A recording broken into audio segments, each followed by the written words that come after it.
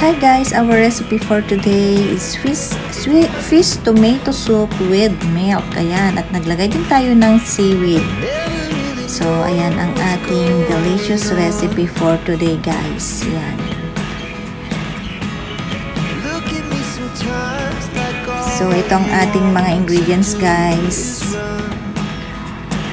Meron tayong egg tofu. Naglagay din tayo ng milk at ang ating fish head at ang ating ginger at tomato at ang ating seaweed guys. So, ayan guys, ang ating complete ingredients.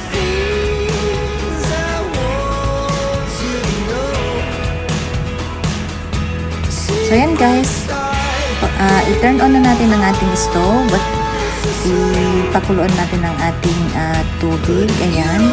So, yan, kumukulo na guys. So, pwede na natin ilagay ang ating tomato at ang ating ginger guys. So, yan guys. Cover natin to. Pakuluan natin ng 5 minutes. So, yan, kumukulo na guys. Pwede na natin ilagay yung ating egg tofu. Ayan guys. So, pakuluan lang natin to at lagyan na natin ng seasoning ang light sauce at naglagay din tayo ng konting asin guys. Ayan, pampalasa. So, yan, tikman natin ang lasa kung tama na po ang lasa.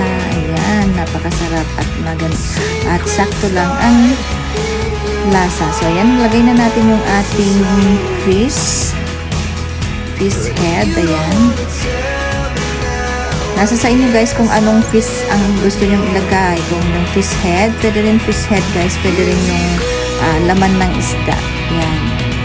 So, para sa akin, mas masarap ang fish head. Pag ganyan na mga sabaw-sabaw guys, mas masarap ang fish head. So, yun yung pinili kong fish. Any fish po pwedeng gamitin guys. Kasarap natin recipe for today. Yan, pakuluan lang natin siya guys. Yan, over natin. And then, pag kumukulo na yan, pwede na natin ilagay yung ating seaweed guys. Ayan, i-mix lang natin ng konti. Ayan. Gamit tayo ng chopstick para hindi maano yung ating seaweed. So, ayan guys, pwede na natin ilagay yung ating milk. Ayan.